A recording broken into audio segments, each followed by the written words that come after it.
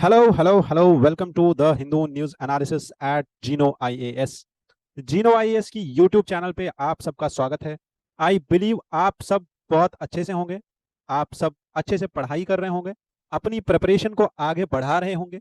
अपनी प्रिपरेशन के साथ साथ अपने मेंटल हेल्थ और अपने फिजिकल हेल्थ का ध्यान रख रहे होंगे।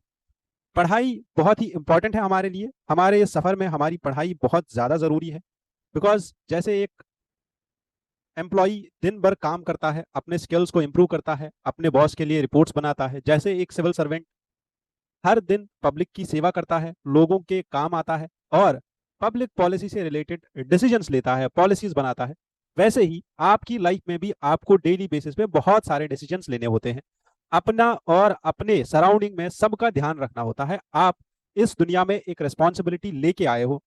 आपकी रिस्पॉन्सिबिलिटी ये है कि आप इस दुनिया में जितना आपको मिला है उतना आप वापस कंट्रीब्यूट भी करो। इस द हिंदू न्यूज़पेपर के एनालिसिस के थ्रू जीनो आईएएस आपके लिए सेम चीज कर रहा है।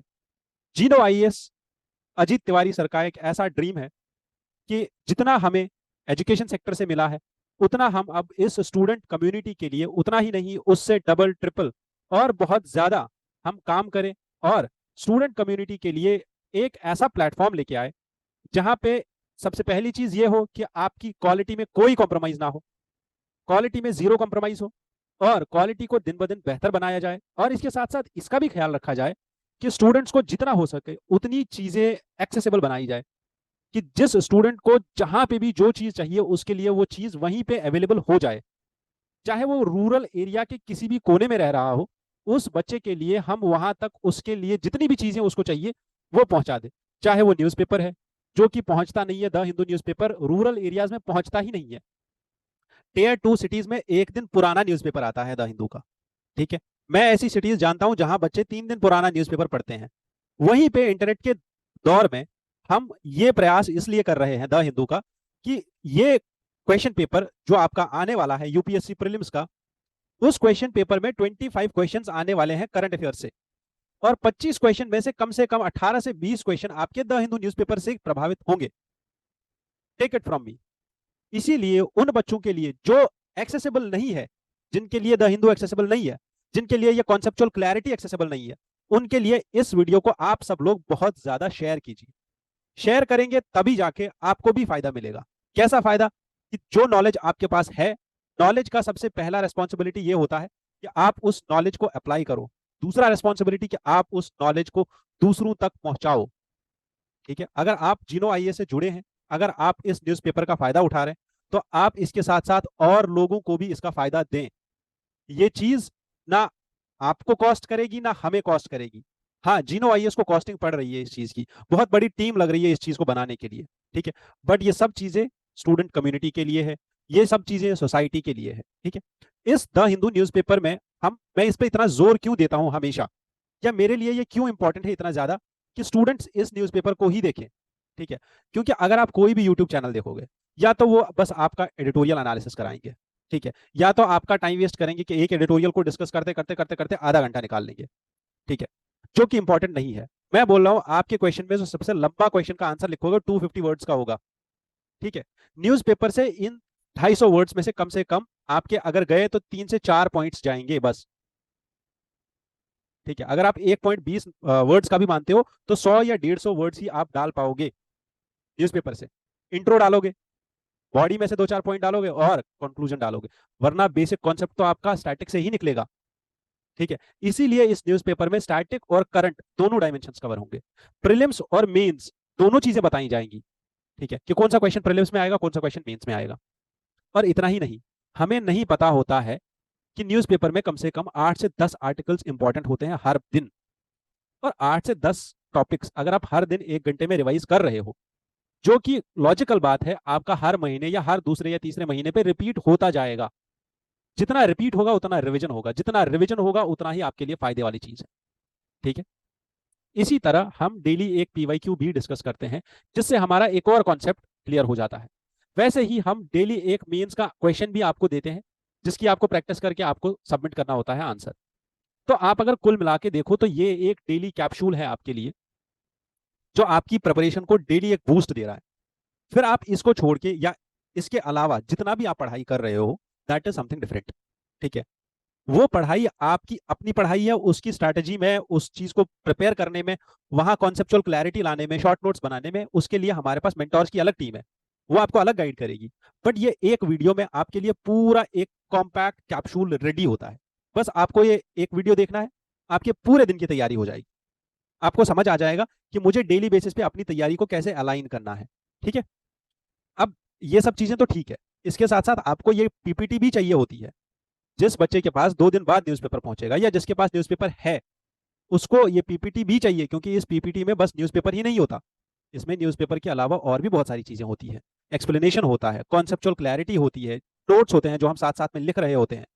ठीक है, तो वो सब चीजों के लिए, और इसके साथ और एमसीक्यूज, टेस्ट सीरीज, हमारे नोट्स, शॉर्ट नोट्स, ठीक है, अपडेटेड मटेरियल, करंट अफेयर्स के मैगजीन्स, इन सब चीजों के लिए अगर आपको जुड़ना है तो आप हमारी वेबसाइट, हमारे व्हाट्सएप के नंबर पे जुड़ सकते हैं। आपको एक ग्रुप में ऐड किया जाएगा, आप हमसे कांटेक्ट कर सकते हैं, डायरेक्ट बात कर सकते हैं, और हमारे टेलीग्राम पे भी जुड़ सकते हैं हमसे। ठीक है, चलिए, डेली न्यूज एनालिसिस प्लस, जिसमें मैंने आपको सारे फीचर बता दिए इस प्लस के। ठीक है, ये जो न्यूज एनालिसिस होगी ये पूरा आपका कवर करेगी जितना भी अभी तक मैंने डिस्कस किया। शुरू करने से पहले मैं आपके सामने ये कोट पढ़ना चाहता हूं। ये कोट है माया एंजेलो का। She says that my mission in life is not merely to survive. क्योंकि सर्वाइवल तो सबका ही होता है। सर्वाइवल के नाम पे अगर आप देखो तो एनिमल्स का सर्वाइवल सबसे अच्छा है, खाओ पियो सो जाओ, बच्चे पैदा करो। ठीक है, अगर आप सर्वाइवल के नाम पे देखो तो उस एक इंसान का भी है जो रोड साइड पड़ा रहता है, लोग उसको 10 20 रुपए, 30 रुपए, 40 रुपए दे देते हैं पूरे दिन के। अगर आप दिल्ली में हो तो शायद, अगर आप मुंबई में हो तो शायद आप दुनिया के अमीर आदमी भी बन जाओगे उस तरीके से भी। ठीक है, तो वो भी लोग हैं इस दुनिया में। दुनिया में वो भी लोग हैं जो किसी दूर किसी जंगल में बैठे हुए हैं, साधु संत बन गए हैं, और वहीं पे अपने ऊपर वाले को याद करते करते उसी प्रार्थना में निकल जाते हैं। ठीक है, कोई बाबा बन जाता है, कोई पीर बन जाता है, कोई कुछ बन जाता है। ठीक है, but tell me one thing, क्या आपको बस सर्वाइवल जरूरत है? ठीक है, क्या आपको बस सर्वाइव करना है इस दुनिया में? क्या आपको इस चीज को नहीं देखना है कि आप अगर इस दुनिया में आए हो तो आपको अपनी लाइफ को कितना बेहतर बनाना चाहिए? जिस कंडीशन में आपको ये वर्ल्ड मिली, ठीक है, जब आप यहां से जाओ, you should leave it in a better condition. That is your responsibility. That is why you should make your life thrive. आप अपनी जीवन को जियो, अच्छे से जियो, तरीके में जियो, make it thrive. Thrive means यहां पे एक ऐसा वर्ड है जो अनगिनत पॉसिबिलिटीज आपके सामने लेके आ रहा है। आप सुबह उठो, आप अपने फिजिकल हेल्थ पे ध्यान दो, मेंटल हेल्थ पे ध्यान दो, मेडिटेशन करो, अपनी लाइफ को अच्छा बनाओ। ठीक है, पूरा एक बैलेंस्ड लाइफ जियो। ऐसा ना हो कि आपका ध्यान बस सुबह से लेकर शाम तक बस खाने पे ही हो, कि मुझे बस यहाँ से 10 रुपए मिल जाए, यहाँ से मुझे नौकरी मिल जाए, 10,000 20,000 का जुगाड़ हो जाए और मैं अपनी लाइफ जी लूँ। ठीक है, शांति से कहीं पे पड़ा रहूंगा, एक 1 BHK फ्लैट ले लूंगा, 2 BHK फ्लैट ले लूंगा, और अपनी फैमिली वहीं पे बना लूंगा, खत्म का। ठीक है, वैसे नहीं जीना है। जीना है तो अपनी लाइफ को इतना सुंदर और इतना अच्छा बनाना है कि लोगों को आपसे प्रेरणा मिले, लोग आपकी लाइफ को देख के ये बोले कि जीना है, और जिंदगी अगर जी है किसी ने तो इस इंसान ने जी है, क्योंकि इसने बस अपनी नहीं, इसने पूरी सोसाइटी की लाइफ बदली। आप सोसाइटी को वापस कंट्रीब्यूट करो। यूनिवर्स ने आपको बनाया है, एक यूनिवर्स अगर आपको लेके आया है इस दुनिया में, पूरे यूनिवर्स ने कंस्पायर किया है, उसके बाद आप यहां आए हो। आपका यहां आना इज नॉट वर्थलेस। ठीक है, आपके यहां आने की, इस दुनिया में आने की, इस सोसाइटी में आने की बहुत बड़ी मतलब है। उस मतलब को जानना है, उस पर्पस को ढूंढना है, लाइफ के उस पर्पस को ढूंढना है, और उसके बाद उस पर्पस पे काम करना है। ठीक है, और जीनो आईएएस आपकी हर जगह मदद करेगा। आपके मेंटोर्स आपकी मदद करेंगे, आपके टीचर्स आपकी मदद करेंगे, अजीत सर खुद आपकी मदद करेंगे, बस आपको जुड़ने की जरूरत है। ठीक है, तो let's see what is there in our discussion. आज का जो डिस्कशन होने वाला है ना, मैं बता रहा हूं ये बहुत ही ज्यादा जरूरी होने वाला है आपके लिए। अगर आपने हर एक टॉपिक को अच्छे से समझा तो आपके ना कम से कम प्रीलिम्स में 5 से 6 क्वेश्चन, और मेंस में अगर कुछ नहीं तो कम से कम आप 5 से 6 क्वेश्चन में ये पॉइंट्स यूज कर लोगे। ठीक है, देखो, सेंसस और डेटा कितना जरूरी है हमारे लिए, गवर्नेंस के लिए, और इस डेटा को कैसे बाकी सारी कंट्रीज अपडेट कर रही है, और इंडिया क्यों यहाँ पे पीछे हो रहा है, और 16 साल के बाद हमें सेंसस का रिजल्ट मिलने वाला है 2026-27 में, जो कि अभी तक स्टार्ट भी नहीं हुई है। तो इसका क्या इंपैक्ट होने वाला है, पहली चीज ये। दूसरी चीज आप सोचो, हेल्थ और लाइफ कवर कितना ज्यादा इंपॉर्टेंट है। हमने कम से कम 3-4 सेशंस में आज तक डिस्कशन कर लिया हेल्थ और लाइफ कवर का। यहीं पे एक और एस्पेक्ट आता है इंश्योरेंस का। लोग इंश्योरेंस क्यों नहीं ले रहे हैं इंडिया में? इंश्योरेंस का नेट क्यों नहीं बढ़ रहा है इंडिया में? उसके क्या रीजन है? मैल न्यूट्रिशन इंडिया में क्यों है? 70% जो बच्चे, 5 साल से छोटे बच्चे जो मर रहे हैं, उसमें से 70% बच्चे, 100 में से 70 बच्चे जो मर रहे हैं वो मैल न्यूट्रिशन की वजह से मर रहे हैं। या तो उनको खाना नहीं मिल रहा है, या तो उनको खाना ज्यादा मिल रहा है, या तो उनके खाने में बैलेंस नहीं है, इसलिए मर रहे हैं। रोड सेफ्टी को लेके चैलेंजेस देखेंगे, कितने लोग मर रहे हैं रोड सेफ्टी से, रोड सेफ्टी की वजह से, रोड सेफ्टी ना होने वजह से। उसके बाद प्रीलिम्स पॉइंट ऑफ व्यू से ये थोड़ा सा इंपॉर्टेंट है, ये एग्रोमेट ऑफिसर्स क्या थे और इनको बंद क्यों किया गया। ब्रिक्स का पूरा यहाँ पे एनालिसिस करेंगे, स्टार्ट से लेके एंड तक। ब्रिक्स बना कैसे, अभी तक कैसे आया, ये सब चीजें देखेंगे।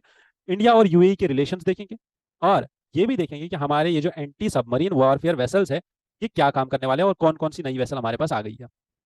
यूरोपियन यूनियन ने बोला है कि ईरान जो है मिसाइल दे रहा है रशिया को, और रशिया को मिसाइल्स दे रहा है, तो अब ईरान और रशिया पे सवाल आ रहे हैं कि अगर ये इनको सप्लाई कर रहा है मिसाइल्स, तो फिर रशिया वो मिसाइल्स जो है यूज कर रहा है यूक्रेन के खिलाफ। तो इसकी वजह से अब शायद ईरान पे भी वो होगा, सैंक्शंस लगेंगे। क्योंकि इंडिया का यहाँ पे रोल आ जाएगा फिर बीच में, कि इंडिया और ईरान तो आपस में अच्छे हो रहे थे, रिसेंटली आईएनएसटीसी के थ्रू हमने देखा था। अब यहाँ पे ये देखना है कि नया पैराडाइम क्या खुलेगा। और लास्ट में हम प्रीलिम्स पॉइंट ऑफ व्यू से देखेंगे कि हीलियम की क्या जरूरत पड़ती है रॉकेट के अंदर। ठीक है, क्योंकि यहाँ पे एक बड़ी इंटरेस्टिंग चीज है, इंटरनेशनल स्पेस स्टेशन पे कुछ एस्ट्रोनॉट्स गए थे और वो वहीं फंस गए, क्योंकि उनके रॉकेट में हीलियम हीलियम खत्म हो गया। ठीक है, तो जैसे रास्ते में लैंडस्लाइड होने की वजह से आप फंस जाते हो, वैसे ही केस यहाँ पे भी हुआ है। ठीक है, हीलियम खत्म, तो आप वहीं पे रह जाओगे। ठीक है, तो चलो लेट्स स्टार्ट द डिस्कशन। और शुभारंभ करने से पहले मैं हमेशा ये बोलता हूँ कि जब तक आपका प्रीलिम्स पीवाईक्यू पे ध्यान नहीं होगा, तब तक आप सोचना भी नहीं कि आप कोई तैयारी कर रहे हो। PYQ is the only guide for prelims. मैं बोल रहा हूँ, बार बार ये बोलता हूँ मैं, मेंस के लिए syllabus and PYQ is the guide, but prelims के लिए only PYQ is the guide. क्योंकि जब तक आप पीवाईक्यूज नहीं देखोगे, आपको सिलेबस भी नहीं समझ आएगा। गारंटीड बात है ये, सिलेबस भी नहीं समझ आएगा। आप पढ़ते जाओगे, क्लास करते जाओगे, कोचिंग लेते जाओगे, कोचिंग पे कोचिंग करोगे। मैं बोल रहा हूँ, मेरे पास ऐसे स्टूडेंट्स हैं जो मेरे साथ मेंटोरशिप में जुड़े हुए हैं, वो कम से कम 3-3 कोचिंग्स कर चुके हैं। कोई फायदा नहीं है कोचिंग करने का, जब तक आप अपने आप को इवेलुएट नहीं कराओगे अपने मेंटोर के साथ, अपने पीवाईक्यूज के थ्रू। कोई फायदा नहीं है कोचिंग का। ठीक है, कोचिंग पे कोचिंग, जिस सब्जेक्ट की कोचिंग जरूरत है। हाँ, अगर आप फ्रेशर हो, बिल्कुल फ्रेशर हो, अभी स्टार्ट करना चाहते हो, तब अलग बात है, आप फाउंडेशन कोर्स लो। बट आप इवेलुएट तो कराओ अपने आप को कि मुझे कौन सा सब्जेक्ट मेरा वीक है, किस सब्जेक्ट मुझे ध्यान देना चाहिए, क्या मुझे उस सब्जेक्ट पे अगर मैं ध्यान दे रहा हूं तो मुझे क्या उसकी क्लासेस करनी है, या मुझे पर्टिकुलर टॉपिक्स पढ़ने हैं, या कहीं पे वो टॉपिक्स ऑलरेडी एक्सप्लेन्ड है तो मुझे पढ़ने की जरूरत नहीं है। ठीक है, या कौन सा सोर्स फॉलो करूं मैं, ये सब चीजें जो है आपको आपका मेंटर बताएगा। ठीक है, लेट्स अंडरस्टैंड दिस क्वेश्चन। बहुत ही आसान क्वेश्चन है। देखो, सिंपल क्वेश्चन, 2024 इसी साल प्रीलिम्स में आया था। क्या पूछा कि thickness of troposphere at equator is much greater as compared to poles. चलो, नहीं पता कि इक्वेटर पे ज्यादा है या पोल्स पे ज्यादा है थिकनेस। ठीक है, नहीं पता है, कोई दिक्कत नहीं है, छोड़ दो इसको। ऑल्दो ये कॉन्सेप्ट सीधा ऐसे ही सेम लाइंस में एनसीईआरटी पे लिखा हुआ है, 11th क्लास की एनसीईआरटी पे लिखा हुआ है ये सेम कॉन्सेप्ट ऐसे ही। एट द इक्वेटर, इक्वेटर पे heat is transported to greater heights by strong convectional currents. ठीक है, इक्वेटर पे ये हीट की वजह से, या हीट जो इक्वेटर पे आ रही है, जो इंसुलेशन इक्वेटर के रीजन में आ रहा है, वहां पे बहुत ज्यादा इंसुलेशन आता है, सनलाइट बहुत ज्यादा पड़ती है, उसकी वजह से वहां का जो हवा है, वहां का जो टेम्परेचर है वो ज्यादा चला जाता है, 56 डिग्रीज तक चला जाता है इक्वेटोरियल रीजन में, डेजर्ट एरियाज में। अब समझ में तो आ गया यहाँ तक कि ये ऊपर जा रहा है। हवा जितनी ज्यादा ऊपर जा रही है, मुझे एक बात बताओ, ये अर्थ की सरफेस है। ठीक है, ये अर्थ की सरफेस है, यहाँ पे हवा, ये खुद ही क्वेश्चन बोल रहा है बहुत ज्यादा ऊपर जा रही है। इसका मतलब क्या है? पोल पे कम ऊपर जा रही है, क्योंकि अगर पोल पे ज्यादा ऊपर जा रही होती तब ये हमें बताता। पोल पे कम ऊपर जा रही है, खुद ही लॉजिकल निकालो, है ना। अब इसका मतलब क्या है? दूसरा स्टेटमेंट ठीक है, at equator heat is transported to greater heights by strong convectional currents, इतना तो हमें समझ में आ गया। और इसका मतलब क्या है? The thickness of troposphere at equator will be too much ना, ये तो बहुत ज्यादा थिक होगा ना, ट्रोपोस्फियर ऊपर जाएगा। ट्रोपोस्फियर इज अ लेयर ना in the environment, in the atmosphere. तो पोलर एरियाज में ये लेयर कम थिक है और इक्वेटर पे ये लेयर ज्यादा थिक है। पहले स्टेटमेंट को दूसरा स्टेटमेंट खुद ही एक्सप्लेन कर रहा है, प्योरली बेसिक कॉन्सेप्ट है, एनसीईआरटी वाला कॉन्सेप्ट। ठीक है, इसमें कोई साइंस नहीं है, बहुत बेसिक कॉन्सेप्ट है, इसका आंसर ए है। ठीक है, आपको मैंने ये भी बताया कि ये अगर आपको नहीं पता है कॉन्सेप्ट, तो आप कॉन्सेप्ट को यहाँ पे डिराइव भी कर सकते हो। यही चीज़ होती है कॉन्सेप्चुअल क्लैरिटी। हमारे एटमॉस्फेयर को समझने के लिए आपको लेयर्स का बिल्कुल ऑर्डर याद रखना है कि कौन सा लेयर कहाँ पे है। Troposphere, stratosphere, mesosphere, thermosphere and exosphere. किस लेयर में आपका मेन एक्टिविटीज होती है अर्थ की, दैट इज ट्रोपोस्फेयर, जिसमें आपका क्लाइमेट, सारी एनर्जीज यहीं पे होती है। ठीक है, पूरा वेदर का पैटर्न यहीं पे चलता है ट्रोपोस्फेयर के अंदर। ट्रोपोस्फेयर के बाहर आपको मिलती है ओजोन लेयर, जो आपको प्रोटेक्ट करती है सन से आने वाली हार्मफुल रेज। और इसके बाद होता है हमारा स्ट्रेटोस्फेयर, देन मीजोस्फेयर, जहाँ पे आपको मीटियोरट्स मिलते हैं। मीजोस्फेयर के बाहर होता है हमारा थर्मोस्फेयर, जहाँ पे आपको बेसिकली आयोनोस्फेयर मिलेगा। और यहाँ से जो आयन्स आते हैं, वो आयन्स जब हमारे एटमॉस्फेयर को एंटर करते हैं, वो उस टाइम पे एनर्जी और मैग्नेटिक फील्ड से चार्ज होते हैं, और वो क्रिएट करते हैं हमारे नॉर्दर्न लाइट्स। ये बहुत ही अच्छा फिनोमेना है। अगर आपको इसके बारे में नहीं पता है नॉर्दर्न लाइट्स क्या होती है, ठीक है, नॉर्दर्न लाइट्स का आपको नहीं पता है, या ऑस्ट्रेलियस बोरियलिस नहीं पता है, तो आप एक बार नॉर्दर्न लाइट्स गूगल पे सर्च कर लेना, आपको कुछ इमेजेस आएंगी वहां पे। बहुत ही सुंदर चीजें होती है। यहाँ पे दूर दूर से लोग, अलग अलग पार्ट से वर्ल्ड के लोग यहाँ पे जाते हैं। नॉर्थ पोल के पास वहाँ पे दिखती है, साउथ पोल के पास वहाँ पे दिखती है, ऑस्ट्रेलिया में दिखती है ये नॉर्दर्न लाइट्स। ठीक है, सैटेलाइट्स थर्मोस्फेयर में होते हैं। उसके बाद हमारा एक्सोस्फेयर आता है, जिसमें हमारा स्पेसशिप्स जाती है। ठीक है, और यहाँ पे आपको ये भी याद रखना है दैट हमारे ट्रोपोस्फेयर का थिकनेस इज अराउंड 0 से लेके 12 to 18 किलोमीटर। ठीक है, और stratosphere is 11 to 50, then meso, thermo and exo. But एक चीज है जो आपको यहाँ पे याद रखनी है, दैट इज जब आप ट्रोपोस्फेयर में नीचे से लेके ऊपर जाते हो, ऑल्टीट्यूड वाइज जितना आप ऊपर जाओगे उतना टेम्परेचर डिक्रीज होता जाएगा। ये तो सबको पता है। ठीक है, increase in height leads to decrease in temperature, ये हमको पता है। बट जब आप ट्रोपोस्फेयर के बाद स्ट्रेटोस्फेयर में जाओगे, तो स्ट्रेटोस्फेयर में जो आपका टेम्परेचर है वो इन्वर्स होता जाएगा। जितना आप ऊपर जाओगे उतना ही आपका टेम्परेचर भी ऊपर चला जाएगा। और जब आप मीजोस्फीयर में जाओगे, तो जितना आप ऊपर जाओगे टेम्परेचर उतना ही डिक्रीज होता जाएगा। थर्मोस्फीयर में फिर वही, आप जितना ऑल्टीट्यूड में ऊपर जाओगे उतना टेम्परेचर भी ऊपर चला जाएगा, और एक्सोस्फीयर में आके फिर टेम्परेचर जो है एक मात्रा में रहेगा, दैट इज 1200 डिग्री सेल्सियस। ठीक है, स्पेस में फिर वही टेम्परेचर रहेगा। डन। चलो, ये इस क्वेश्चन का थोड़ा सा एक्सप्लेनेशन है यहाँ पे। इस क्वेश्चन का आंसर ए होगा, ना कि डी। ठीक है, हमारे जीनो आईएएस के प्लेटफॉर्म पे, जिसका मेन इंस्पिरेशन हमारे अजीत सर है, हमारे प्लेटफॉर्म पे आपको कुछ यूनिक चीजें मिलेंगी। यूनिक चीजें क्यों है ये? देखो, geography optional sir, geography optional तो कहीं भी हो सकता है। नहीं, जैसा हम लोग करा रहे हैं वैसा कहीं और नहीं होता है। ठीक है, हम लोगों ने आपके लिए इतना इजी किया हुआ है कि आपको सबसे पहले अजीत सर खुद पढ़ाएंगे ज्योग्राफी ऑप्शनल। इंग्लिश और हिंदी दोनों मीडियम्स में होगा। फाउंडेशन कोर्स है ये ज्योग्राफी का, ऑप्शनल का फाउंडेशन कोर्स है ये, और ये कोर्स 2 साल चलेगा, 25 और 26 दोनों साल के लिए। ठीक है, तो आप एडमिशन ले लो, 25 और 26 दोनों साल के लिए ये वैलिड रहेगा। और इसके साथ आपका आंसर राइटिंग प्रैक्टिस किया जाएगा, टेस्ट सीरीज आपको अलग से दिया जाएगा, और ये कोर्स पूरे का पूरा ऑनलाइन कोर्स होगा, जिसमें एक तो आप लाइव क्लास देखोगे और आप रिकॉर्डेड सेशंस भी लोगे।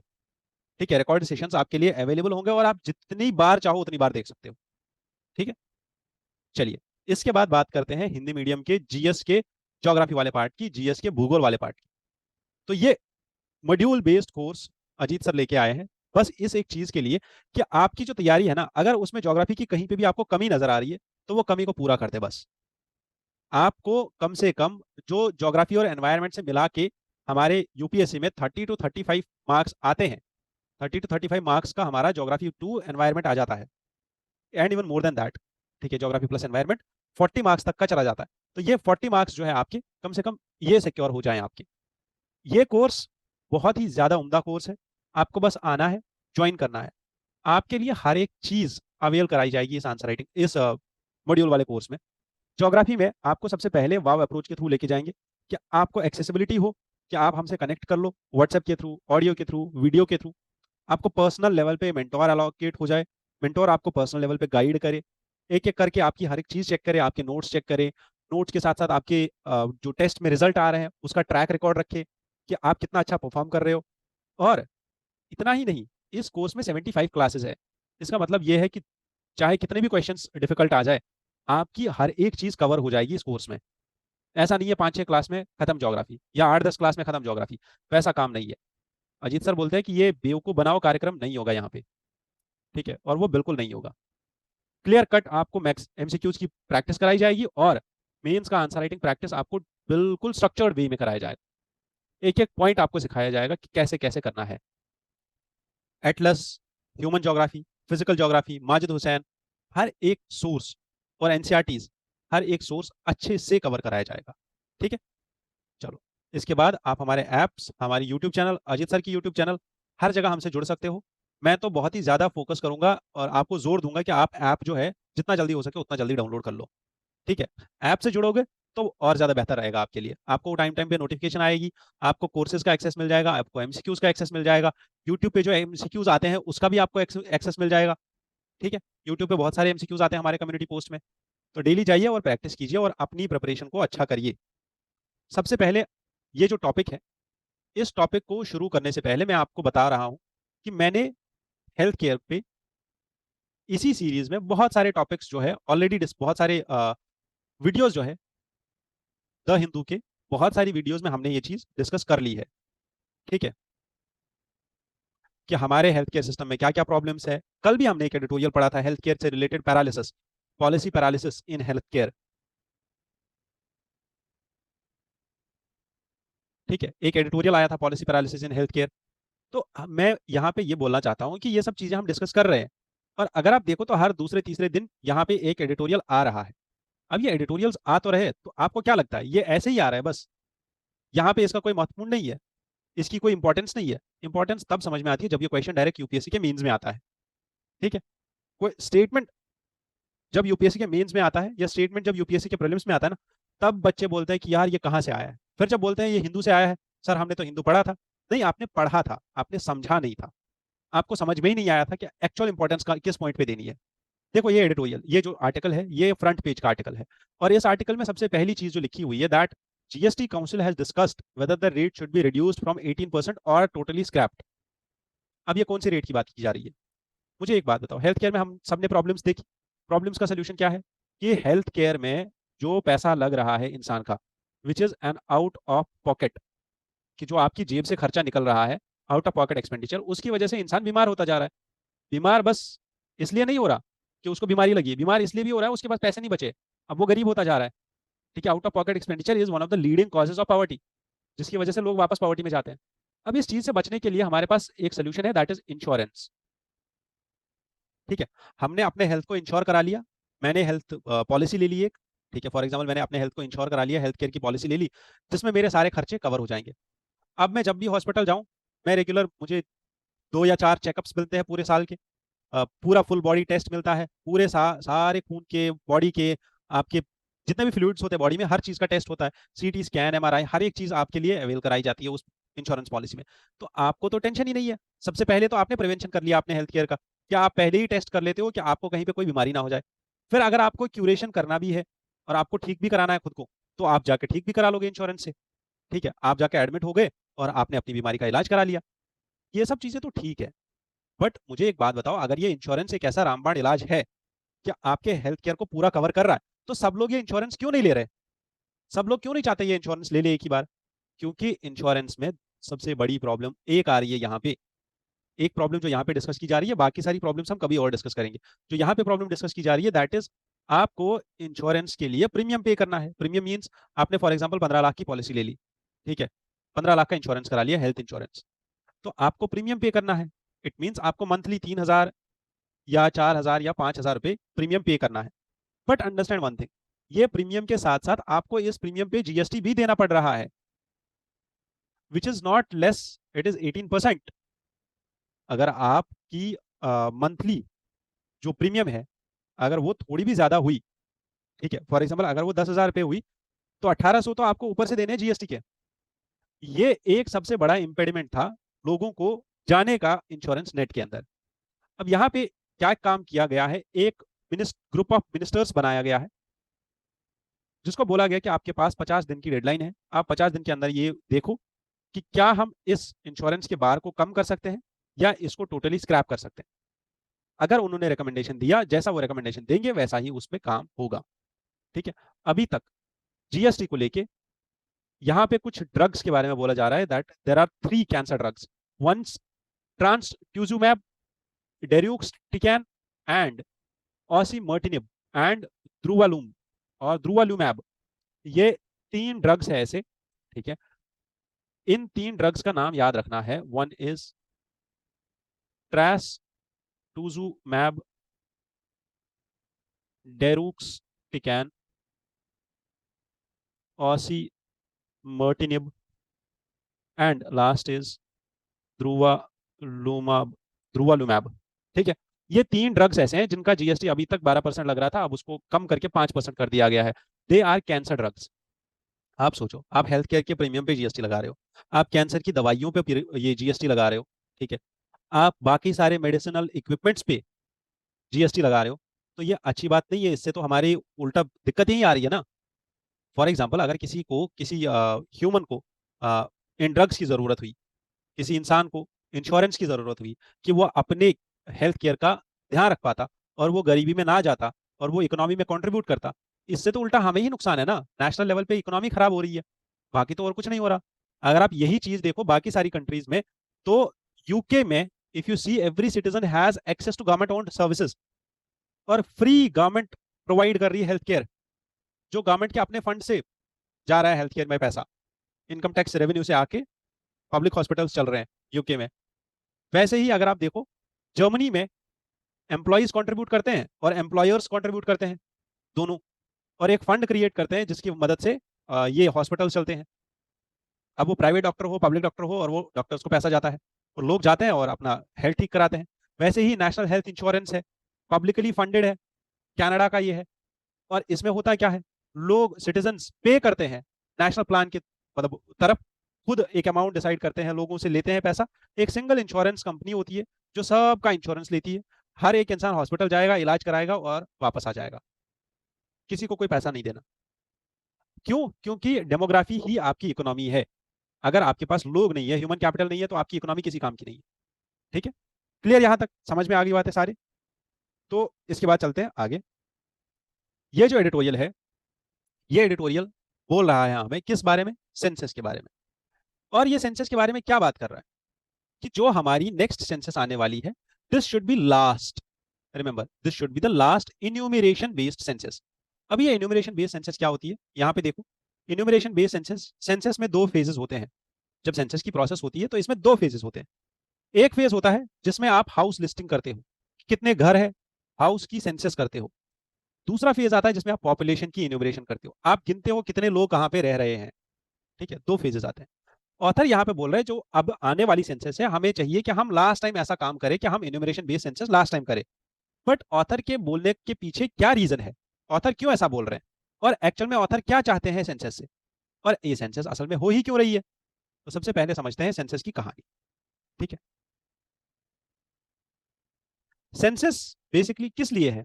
लोगों की डेमोग्राफी को, लोगों को, इकोनॉमी को, सोसाइटी को क्वांटिफाई करने के लिए, समझ में आ जाए हमें कि हमारे पास पॉपुलेशन कितनी है, वो पॉपुलेशन किस स्तर की पॉपुलेशन है, वो लोग गरीब है, मध्यम वर्ग से है, या अपर क्लास से है, कितनी इनकम है लोगों की, और लोग किस एरिया में कितने सारे लोग रहते हैं, पिछड़ा वर्ग हमारे पास कितना है।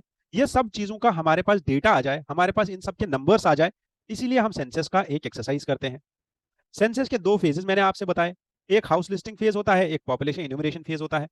सेंसस जो हमारे भारत में सबसे पहली बार हुई थी और सबसे फर्स्ट जो सिंक्रोनस सेंसस हुई थी, it was in 1881 by W C Plowden. W C Plowden उस टाइम पे सेंसस कमिश्नर थे। ठीक है, एंड तब से लेके आज तक हर 10 साल पे हमने सेंसस की है, और हमने 1948 में सेंसस एक्ट ऑफ इंडिया लेके आए, which is basically to regulate the exercise of census. But इस एक्ट में एक पॉइंट याद रखना है, that there is no mention of what, of limit और पीरियोडिसिटी, कि आपको यहां पे इस एक्ट के थ्रू बाइंड नहीं किया जाता, गवर्नमेंट को यहां पे कंपेल नहीं किया जाता कि गवर्नमेंट को हर 10 साल पे करनी ही करनी है या हर 5 साल पे करनी ही करनी है। ऐसा कुछ नहीं लिखा गया है। एक्ट बस सेंसस की काम बता रहा है, कौन सेंसस करेगा, कैसे सेंसस करेगा, ये सब चीजें बता रहा है एक्ट हमारा, बस इतना याद रखना है, ठीक है। इसके बाद सेंसस यहाँ पे पीरियोडिसिटी में नहीं है। अगर आप देखो तो कुछ कंट्रीज वर्ल्ड में ऐसी है जहां 10 साल के बाद सेंसस होता है, जैसे यूएसए या जैसे यूके। वहीं पे कुछ कंट्रीज ऐसी है जहां पे 5 साल के बाद सेंसस होता है, जैसे ऑस्ट्रेलिया, कनाडा, जापान। हर 5 साल में यहाँ पे सेंसस होता है। हमारे यहाँ इंडिया में इसकी जो नोडल मिनिस्ट्री है या जो नोडल ऑर्गेनाइजेशन है जो सेंसस करती है हर 10 साल में, उसका नाम है office of registrar general and census commissioner. ये ऑफिस पड़ता है मिनिस्ट्री ऑफ होम अफेयर्स के अंदर। क्लियर?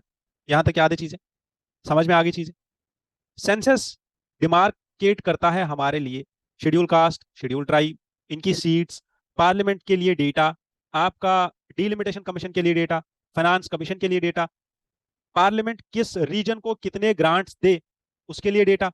उसके साथ साथ it also deals with other things like framing the policies, political miss representation ना हो।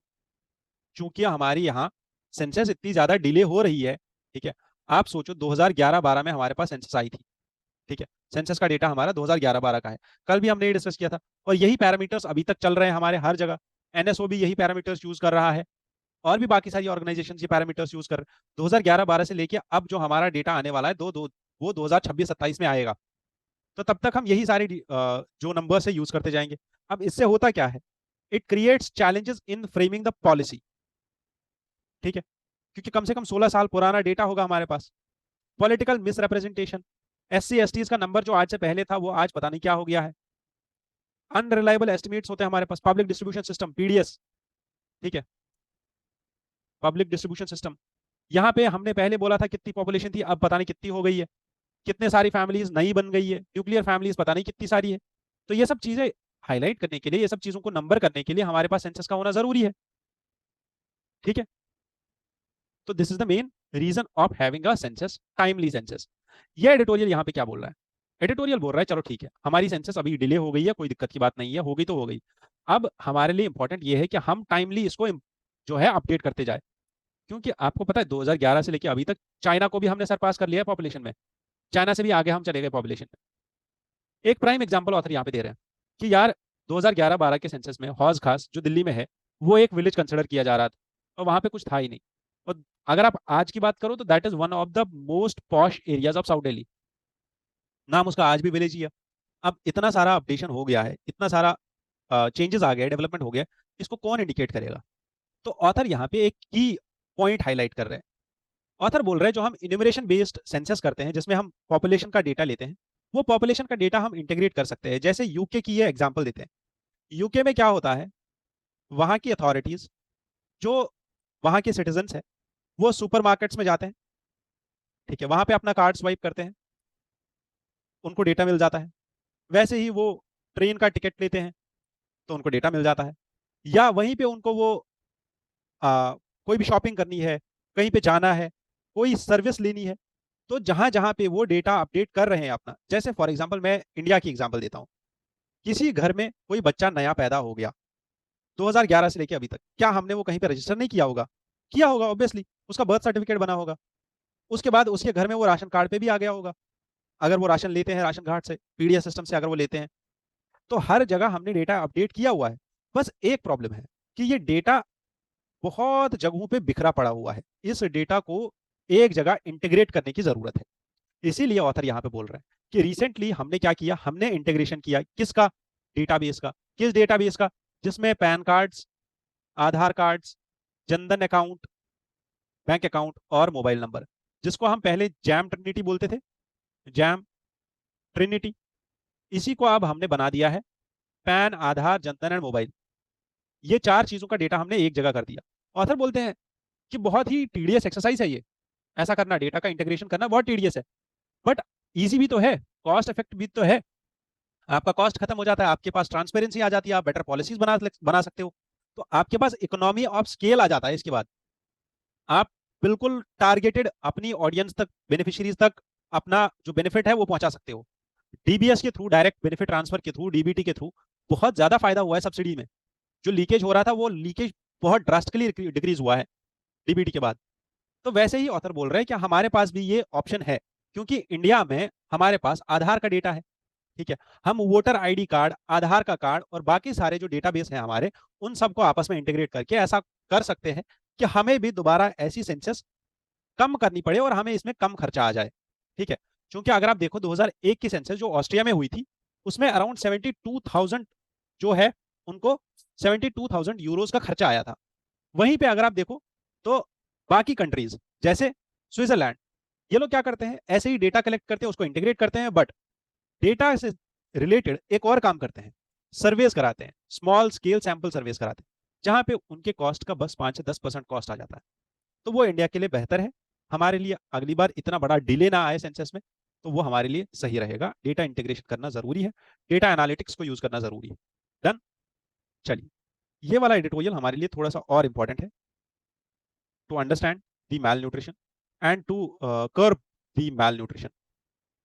ये एडिटोरियल को स्टार्ट करते ही ऑथर ये बोल रहे हैं दैट अगर आप देखो तो इंडिया में अराउंड हर साल 0.7 मिलियन बच्चे who are less than 5 years of age, they die, and out of that 0.5 million 50,000 बच्चे हर साल मर रहे हैं। किस चीज की वजह से? मैल न्यूट्रिशन की वजह से। अब कितनी ये गंभीर प्रॉब्लम है, और वर्ल्ड लेवल पे अगर आप देखो तो जितने भी बच्चे 5 साल से छोटे बच्चे जितने भी मर रहे हैं, उसका 50% is due to malnutrition. ठीक है, यही मैं पहला कोट बोल रहा था आपको कि that you need to thrive in your life. ऐसे भी लोग हैं हमारे यहाँ जिनके पास खाना नहीं है, और ऐसे भी लोग हैं हमारे यहाँ पे जिनके पास खाना इतना ज्यादा है कि 5 साल से छोटे बच्चे भी ओबीज हो रहे हैं। इतना खाना उनको दिया जा रहा है, एक्सेस खाना दिया जा रहा है। तो प्रॉब्लम इज कि हमें इस लेवल पे काम करना है कि हम इतना बड़ा इम्पैक्ट छोड़े इस दुनिया में कि हमारे लिए ईजी हो जाए और हमारा भी एक कॉन्ट्रीब्यूशन याद रखा जाए हमारे बाद। ठीक है, क्लियर। अब समझते हैं मैल न्यूट्रिशन होता क्या है, मैल न्यूट्रिशन से रिलेटेड और क्या क्या प्रॉब्लम्स झेली जा सकती है और हम झेल रहे हैं। According to World Health Organization, malnutrition can be of three things. One is deficiency, another is excess, and third is imbalance. या तो आपको खाना कम मिल रहा है, या तो आपको खाना ज्यादा मिल रहा है, या तो आपको पता ही नहीं है आपको क्या क्या खाने को मिल रहा है। इम्बैलेंस में है। आपने रोटी खाई तो रोटी ही खाते गए, आपने चावल खाए तो चावल ही खाते गए, आपको सब्जी का ध्यान ही नहीं आया, आपने दाल खाई तो बस दाल ही खा रहे हो। क्यों?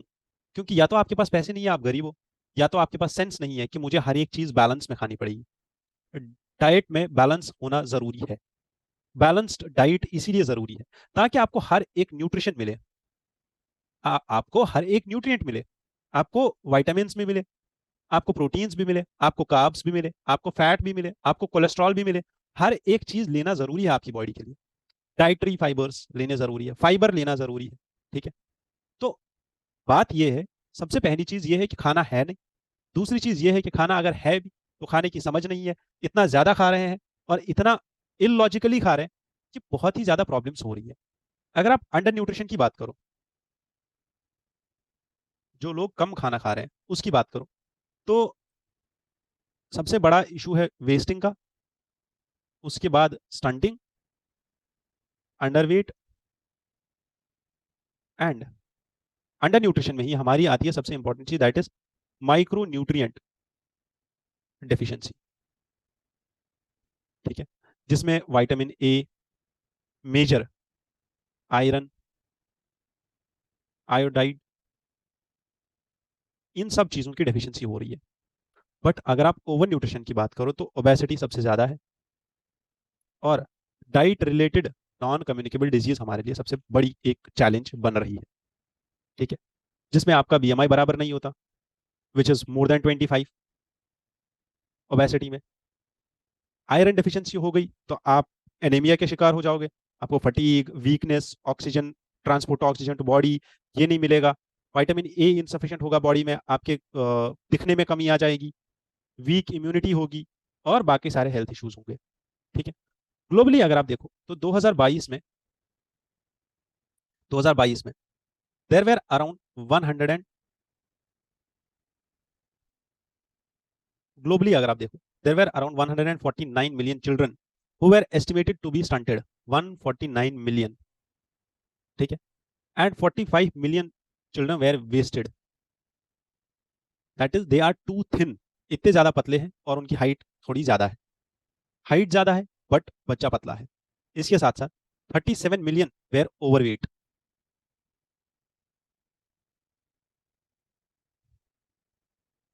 37 मिलियन, ठीक है। Nearly half of the deaths among the children under 5 year age are link to undernutrition, 50%, ठीक। और 1.9 billion adults are overweight, that is 462 million are underweight adults, ठीक है, they are underweight, and if you see 1.9 billion adults are overweight. This is the severity of malnutrition and nutrition related problems. अगर आप अपने प्यारे भारत की बात करो तो इंडिया में the same numbers, 35% children are stunted, 19% are wasted, 32% are underweight, 3% are overweight. इसके साथ साथ हमारे पास देयर इज की data by the state of food security and nutrition in world 2023। इस रिपोर्ट के अकॉर्डिंग अगर आप देखो तो 74% of India's population cannot afford a healthy diet.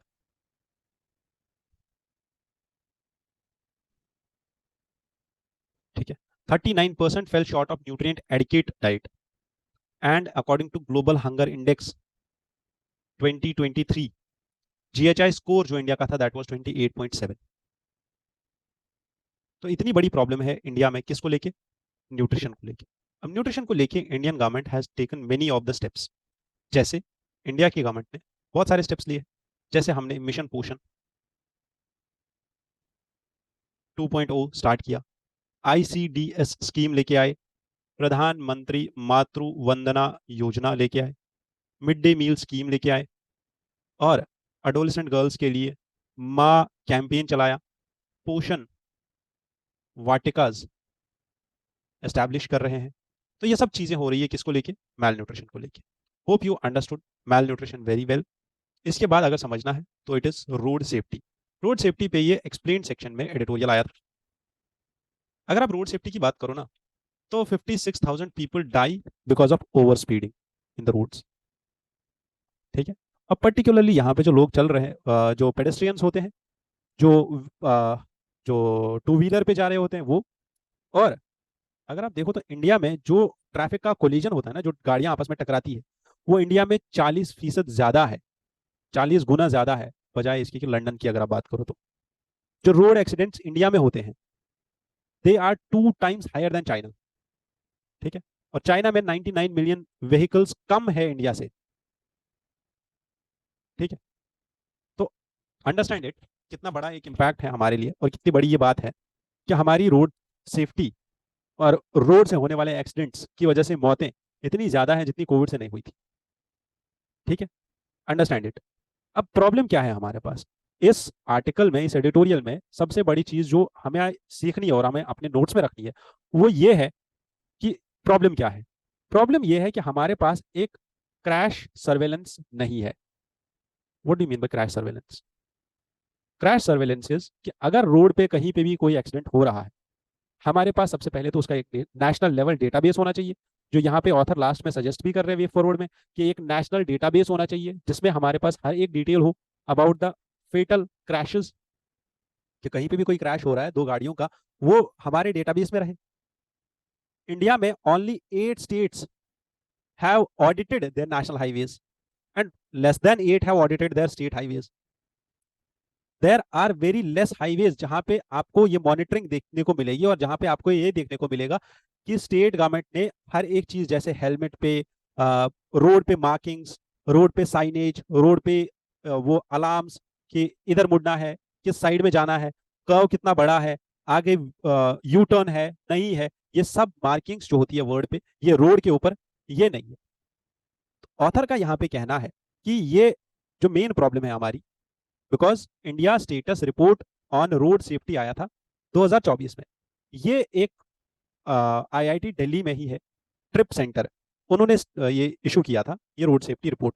Report उतनी ज्यादा इंपॉर्टेंट नहीं है जितना ज्यादा इंपॉर्टेंट हमारे लिए ये मुद्दा है, विच इज रोड सेफ्टी। इतना ही नहीं, अगर आप रोड सेफ्टी को अच्छे से पढ़ोगे ना तो आपको समझ आ जाएगा दैट 2022 में, 2022 में, there were around 4,61,000 road accidents in India, in which around 1,68,000 people died and 4 lakh people injured. These figures represent an 11% year-on-year increase in road accidents. Licence नहीं है, गाड़ी चेक नहीं है, ब्रेक्स नहीं है प्रॉपर, रोड्स बराबर नहीं है, रोड पे मार्किंग्स नहीं है, ठीक है, गाड़ी चलाना नहीं आता है।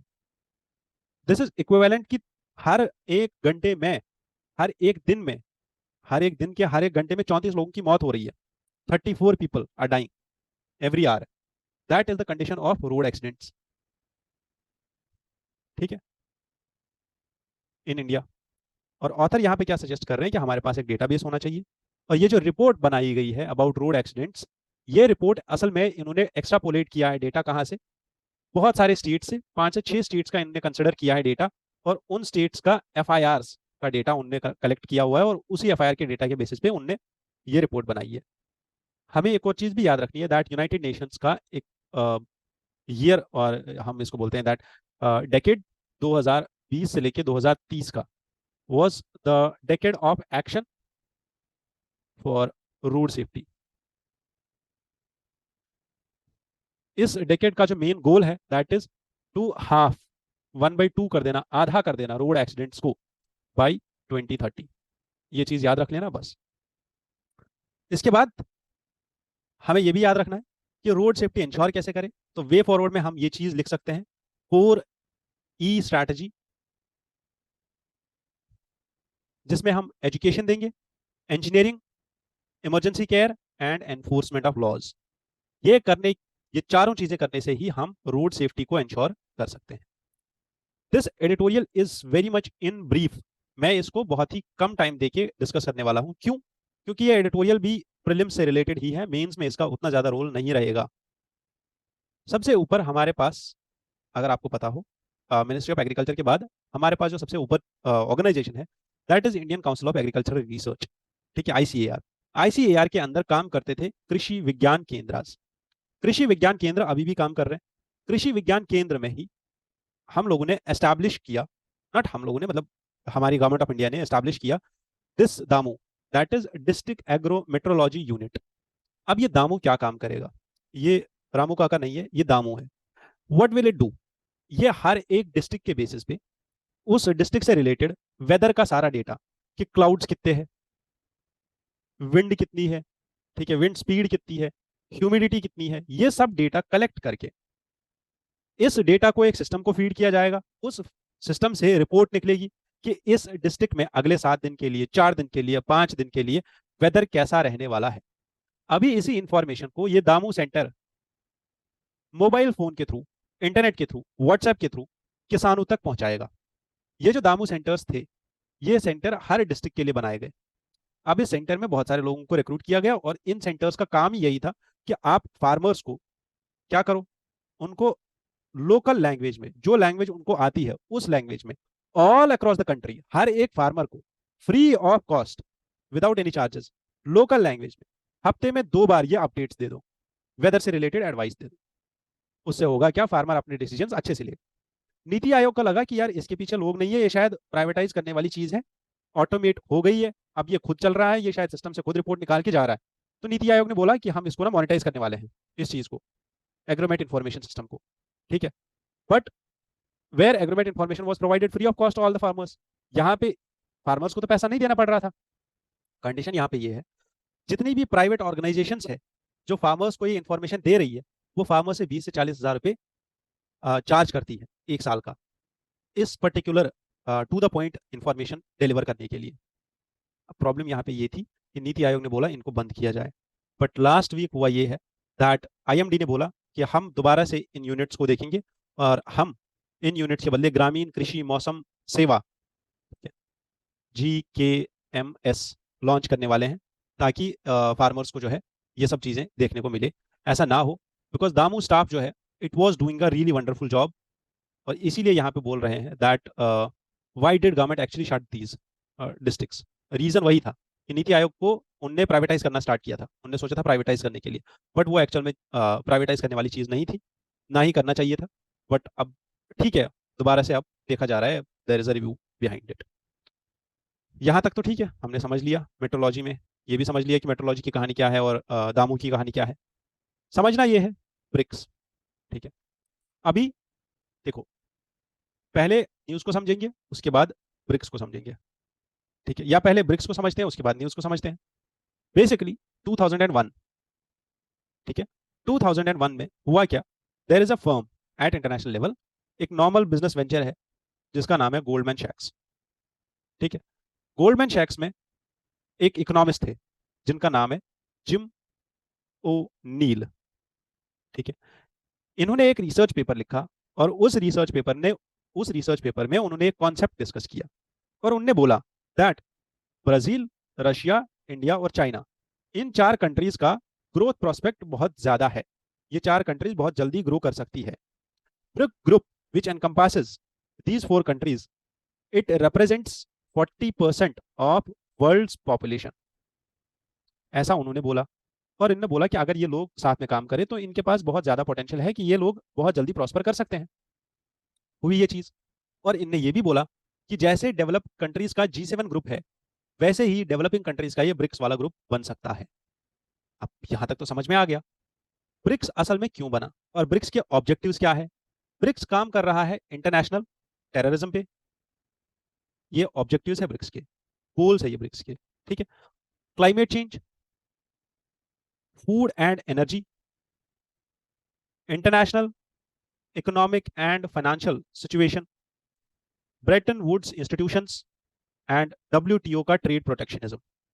इन सब चीजों के अगेंस्ट में ब्रिक्स ने काम करना स्टार्ट, इन सब चीजों के लिए काम करना स्टार्ट किया, चाहे इंटरनेशनल टेररिज्म को रोकना है, क्लाइमेट चेंज को रिवर्स करना है, एडेप्टेशन, एडेप्टेबिलिटी, मिटिगेशन करना है, फूड एंड एनर्जी को सिक्योर करना है, international economic and financial situation को बेटर करना है। Bretton Woods institutions, World Bank, IMF, United Nations, UNSC, इन सब में चेंजेस करनी है या इन सब में रिफॉर्म्स लेके आने हैं, उसके लिए इंटरनेशनल लेवल पे वॉइस इकट्ठा करनी है, तो उसके लिए ब्रिक्स ने काम करना स्टार्ट किया।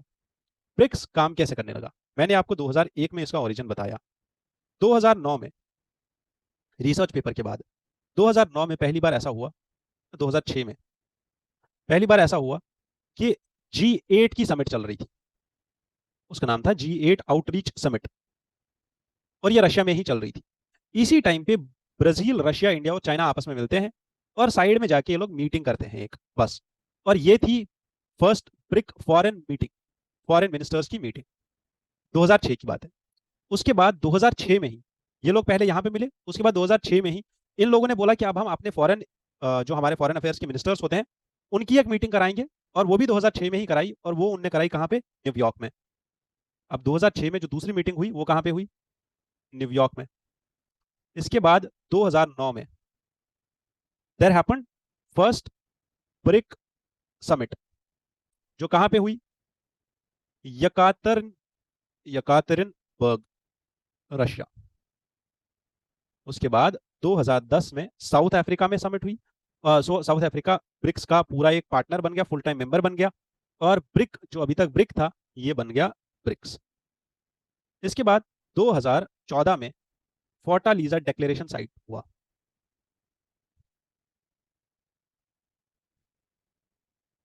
फोर्टालीजा डिक्लेरेशन साइन हुआ जिसके अंदर न्यू डेवलपमेंट बैंक बनाया गया, ठीक है। और इसके बाद 2015 में यूफा डिक्लेरेशन साइन हुआ, ठीक है। 2021 में इंडिया ने वर्चुअली, चूंकि कोविड चल रहा था, ब्रिक्स की समिट को होस्ट किया, वर्चुअली समिट को होस्ट किया, ब्रिक्स की समिट को, और ये ब्रिक्स की 13th समिट थी ऐसी। इसके बाद 2022 में बीजिंग में समिट हुई और यहां पे बीजिंग डिक्लेरेशन पास हुआ। इस बीजिंग डिक्लेरेशन में it was declared that BRICS countries will support talks between Russia and Ukraine conflict. Done यहां तक। ब्रिक्स की फंक्शनिंग अगर आप देखो और ब्रिक्स काम कैसे करता है, तो ब्रिक्स में सबसे ऊपर आता है पॉलिटिकल एंड सिक्योरिटी कोऑपरेशन, जिसमें ये लोग काउंटर टेररिज्म और मल्टीलेटरल एंगेजमेंट पे काम करते हैं, अग्रीमेंट्स, पीस, सिक्योरिटी, प्रॉस्पेरिटी, इन सब चीज़ों पे काम करते हैं और कॉम्प्रहेंसिव डायलॉग्स करते हैं। ब्रिक्स की एक समिट होती है सबसे ऊपर लेवल पे।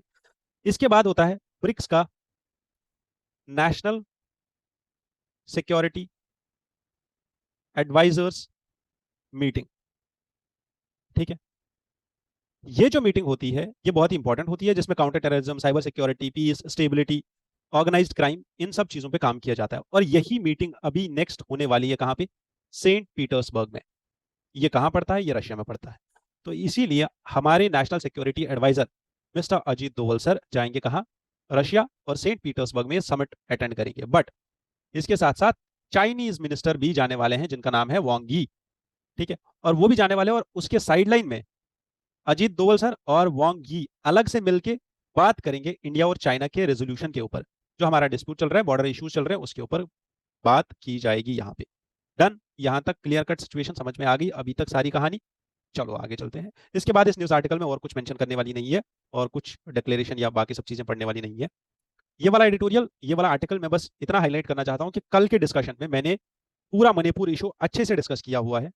आपको अगर मणिपुर इशू से रिलेटेड कोई भी चीज पढ़नी हो, समझना हो मणिपुर का इशू, तो आप कल वाला डिस्कशन देख लो। ठीक है, जिसका लिंक मैं इस वीडियो के डिस्क्रिप्शन में भी डाल दूंगा। ये मणिपुर इशू आपको समझ में आ जाएगा। मणिपुर इशू स्टार्ट भी स्टूडेंट प्रोटेस्ट से ही हुआ था, अभी कल दोबारा से प्रोटेस्ट हुआ है, क्योंकि 1 सितंबर को ही 9 लोगों की हत्या हुई है।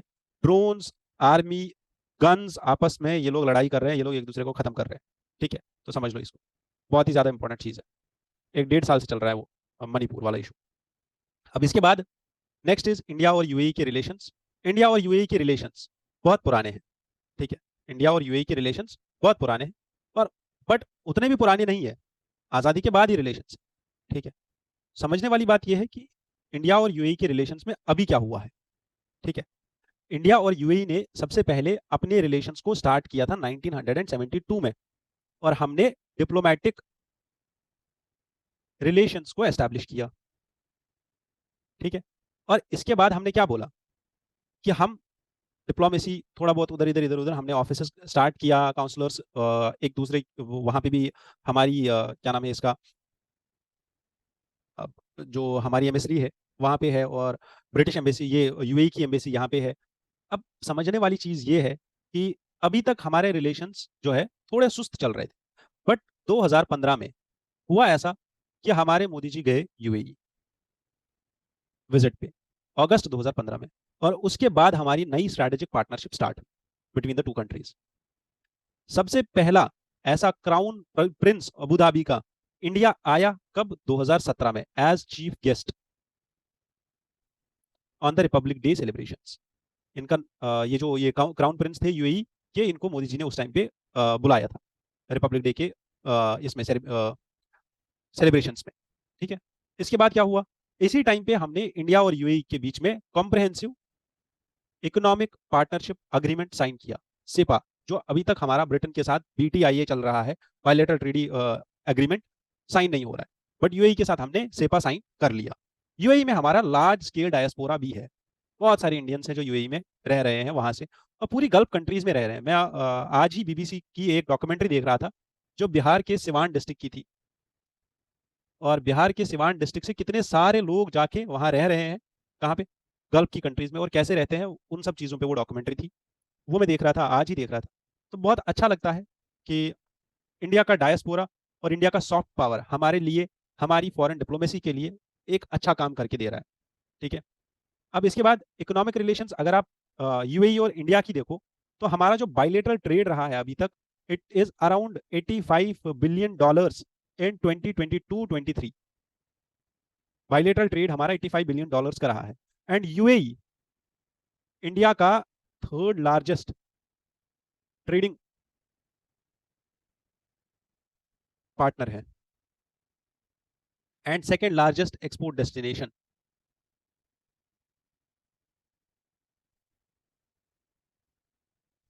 ठीक है, India has recently revamped it's FTA strategy, that is free trade agreement strategy, and government अभी प्रायोरिटाइज कर रही है कि हम यूएई के साथ ज्यादा डील करें, गल्फ कोऑपरेशन काउंसिल में हमारा ज्यादा कोऑपरेशन हो। ठीक है, और हमारा जो प्राइम टारगेट है that is UK, EU, Australia, Israel, and a group of countries जिसमें गल्फ कोऑपरेशन काउंसिल आता है। ठीक है, अब इतने सारे रिलेशंस तो हमने समझ लिए, बट अभी हमारे रिलेशंस में एक ताज़ा नया मोड़ आया है। वो ये है कि अबू धाबी के, यूएई के जो क्राउन प्रिंस है मोहम्मद बिन जयद अल नहयान, ये इंडिया आए हुए हैं। और ये इंडिया आए कल नहीं परसों, और इन्होंने इंडिया आके अभी सबसे पहले क्या काम किया है, 3-4 एमओयूज इन्होंने साइन कर लिया फटाफट से। कौन कौन सा एमओयू साइन कर लिया? पहला एमओयू साइन किया सिविल न्यूक्लियर कोऑपरेशन पे। पहला सिविल न्यूक्लियर, ये याद रखना है, सिविल न्यूक्लियर कोऑपरेशन पे एक एमओयू साइन किया। दूसरा एमओयू साइन किया एलएनजी सप्लाई पे, लिक्विफाइड नेचुरल गैस। और ये साइन हुआ किस किस के बीच में? नेशनल ऑयल कंपनी जो अबू धाबी की है, ADNOC and Indian oil corporation. Third is with the third agreement is on petroleum only, that is strategic petroleum reserve limited, India strategic petroleum reserve limited. ये हमारी एक PSU है, इसके साथ ADNOC ने एक और एमओयू जो है साइन कर दिया। तीसरा जो एमओयू साइन किया है वो ऊर्जा भारत और एडनॉक ने साइन किया है। चौथा एमओयू और पांचवा एमओयू जो है ये हमारी और वहां की एक ज्वाइंट होल्डिंग कंपनी है, गुजरात की एक होल्डिंग कंपनी है PJSC, and this is on development of food parks. ये 5 एमओयूज हमने अभी साइन किए हैं इस विजिट में इनकी। इन सब एमओयूज में सबसे इंपॉर्टेंट एमओयू है the MoU for civil nuclear cooperation. ठीक है, जिसमें in a first India and UAE, हमारा ये पहला ऐसा एग्रीमेंट है, पहला ऐसा मेमोरेंडम है जो सिविल न्यूक्लियर कोऑपरेशन पे है। ये सिविल न्यूक्लियर वाला जो कोऑपरेशन है, ये स्टार्ट कहां से हुआ था? ये हमारा स्टार्ट हुआ था इससे पहले कहां से? जब इससे पहले समिट हुई थी, कौन सी वाली? न्यूयॉर्क में, एक्चुअल में यूएन जनरल असेंबली का मीटिंग चल रहा था। ठीक है, यूएनजीए का मीटिंग चल रहा था न्यूयॉर्क में। उस टाइम पे 3 कंट्रीज आपस में मिली। कौन कौन सी country? India, France and UAE. अब इन 3 कंट्रीज ने आपस में मिलकर क्या किया? इन 3 कंट्रीज ने आपस में मिलकर एक ट्राइलेटरल कोऑपरेशन मैकेनिज्म सेटअप किया, और उसी के अंदर ये सिविल न्यूक्लियर कोऑपरेशन का मैकेनिज्म यहां पे, और ये एमओयू यहां पे साइन हो रहा है। Clear cut? यहां तक समझ में आ गई सारी चीजें? चलिए आगे चलते हैं। Next is about the submarines. Submarine, ये जो एडिटोरियल है, इस आर्टिकल से आपको जो चीजें याद रखनी है वो 2 है। पहली चीज, दी एंटी सबमरीन वॉरफेयर। ये एक ऐसा वेसल है, ये एक ऐसा हथियार है हमारे पास, ऐसी एक सबमरीन है जो एंटी सबमरीन काम करेगी। ये वाटरक्राफ्ट वेसल है हमारे पास। ये क्या काम करेगी? जो भी एंटी सबमरीन, जितनी भी सबमरीन्स रहेंगी, ये शैलो वाटर में काम करेगा, और अगर कोई भी सबमरीन वॉर में हमारे अगेंस्ट में यूज हो रही है तो उसको काउंटर अटैक करने के लिए ये वॉरफेयर में ये वाटरक्राफ्ट हमारा यूज होगा। ठीक है, अभी तक हमारे पास 3 आ चुके थे, अभी हमारे पास चौथा और पांचवा आया है।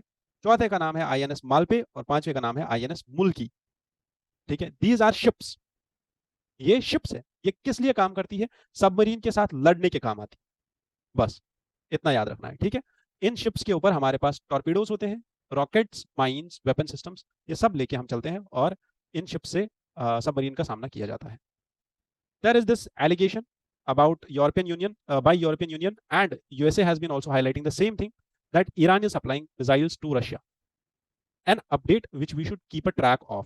क्योंकि कल को अगर ईरान पे सैंक्शंस लगाना स्टार्ट कर दिया ये लोग, वेस्ट अगर ईरान पे सैंक्शंस लगाना स्टार्ट कर दिया, तो उस टाइम पे हमें ऐसा नहीं लगना चाहिए कि यार ये क्यों कर रहे हैं। उस टाइम पे हमें ऐसा लगना चाहिए कि हमें तो पता ही था ऐसा होने वाला है। ठीक है, इसीलिए ये अपडेट्स मैं आपको देता रहता हूँ कि ये अपडेट याद रख लेना। ठीक है, लास्ट में we need to understand what helium does in a rocket.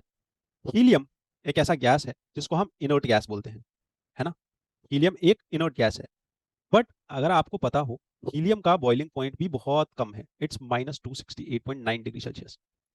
ठीक है, therefore it remains a gas even in the coldest temperatures. ठीक है, अब ये गैस तो रहता है, प्लस ये नॉन टॉक्सिक भी है, बट इसको ब्रीथ नहीं कर सकते क्योंकि रेस्पिरेशन में ये प्रॉब्लम करता है, ऑक्सीजन को डिस्प्लेस कर देता है पूरे पूरे तरीके से, और हमारे लिए ऑक्सीजन ज़्यादा ज़रूरी है। समझना ये है कि रॉकेट में ये किस लिए यूज होता है। रॉकेट में ये यूज होता है फ्यूल टैंक्स में। आपने रॉकेट की फ्यूल टैंक में फ्यूल रखा, उसके बाद आपने हीलियम डाल दिया। हीलियम क्या काम करता है? फ्यूल टैंक, ये फ्यूल को प्रेशर कर देता है, और प्रेशराइज्ड फ्यूल टैंक्स में ये इतना प्रेशर क्रिएट करता है कि जो यहाँ से फ्यूल है वो जाए और इंजन तक पहुंचे, रॉकेट के इंजन तक पहुंचे, और इंजन उस फ्यूल को यूज करे, कंबस्ट करे, और उसके बाद थ्रस्ट क्रिएट करे और रॉकेट आगे बढ़े। अगर हीलियम नहीं है तो इस चीज में दिक्कत आती है कि इंजन तक फ्यूल नहीं पहुंचता। ये ऐसी बात है कि अगर आपको सांस ना आए तो आपका हार्ट ब्लड पंप करना बंद कर देगा और आपके बॉडी के ऑर्गन्स तक खून नहीं पहुंचेगा और आपके बॉडी के ऑर्गन्स जो है वो नीले या पीले पड़ना शुरू हो जाएंगे और फिर आप हो जाओगे फेंट। वैसा ही काम होता है मिसाइल का, ये रॉकेट का। रॉकेट हो जाता है फेंट। और यही हीलियम अगर किसी रॉकेट से लीक हो रहा है, क्योंकि ये इनर्ट गैस है, लाइटेस्ट गैस है, बहुत हल्का है और भाग जाता है तुरंत हाइड्रोजन की तरह, तो इसके लीक होने के चांसेस भी बहुत ज्यादा रहते हैं। वैसे ही चंद्रयान 2 में और यूरोपियन स्पेस एजेंसी के अरियाना 5 में ये हीलियम लीक हो गया था, जिसकी वजह से मिशन पे पूरा बुरा इंपैक्ट पड़ा था। वैसे ही यहाँ पे जो मेन आर्टिकल यहाँ पे डिस्कस किया जा रहा है, ये आर्टिकल क्या बोल रहा है कि दो नासा के एस्ट्रोनॉट्स जो थे वो चले गए थे अभी बोइंग का स्टारलाइनर लेके, और वो चले गए कहाँ पे, इंटरनेशनल स्पेस स्टेशन पे। बट अब वो वहीं पे फंस गए, जैसे आप रास्ते में कभी फंस जाते हो, आगे लैंडस्लाइड हो गया, आप रास्ते में फंस गए। बिकॉज उनके जो प्रोपल्शन सिस्टम था, जो इंजन यूज कर रहा था प्रोपल्शन सिस्टम, उसमें हीलियम लीक कर गया। तो in order to come back to Earth, SpaceX का Polaris Dawn mission has been delayed because of the helium issues on the ground equipment. वैसे ही बोइंग का स्टारलाइनर या spacecraft landed uncrewed in a New Mexico desert late on Friday. अब वो नीचे आ गया, खत्म कहानी। नासा के एस्ट्रोनॉट्स बोइंग स्टारलाइनर पे जो थे वो अब 1-2 महीने के लिए आईएसएस पे ही रह जाएंगे, इंटरनेशनल स्पेस स्टेशन पे। क्लियर? सारी बातें समझ में आ गई, नासा का क्या लिंक है और हीलियम का क्या रोल है यहाँ पे। चलो, with this I conclude the discussion and I wish you all the best. आपको कहीं पे भी हमारी हेल्प की ज़रूरत हो तो आपके लिए मेंटोर्स हमारे पास अवेलेबल है 24/7। अजीत सर आपके लिए अवेलेबल है। आपको किसी भी चीज़ की ज़रूरत पड़ती है, किसी भी हेल्प की ज़रूरत पड़ती है, आप डायरेक्ट अजीत सर को कॉल कीजिए। जो मैंने इस पीपीटी के स्टार्टिंग में नंबर्स दिए हुए हैं, उन नंबर्स पे हमसे कॉन्टैक्ट कीजिए and get your preparation on the right path so that you qualify your UPSC in the next attempt। जो भी आपका नेक्स्ट अटेम्प्ट हो वो बस आपका अटेम्प्ट हो, उसमें आपकी जीत हो, बस यही शुभकामना करते हैं। With this, thank you for joining in here. जय हिंद।